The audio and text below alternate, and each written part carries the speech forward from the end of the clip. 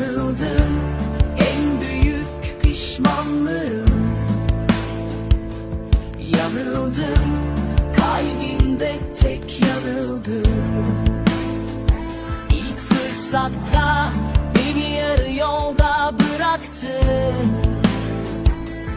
Yanıldım, göz göre göre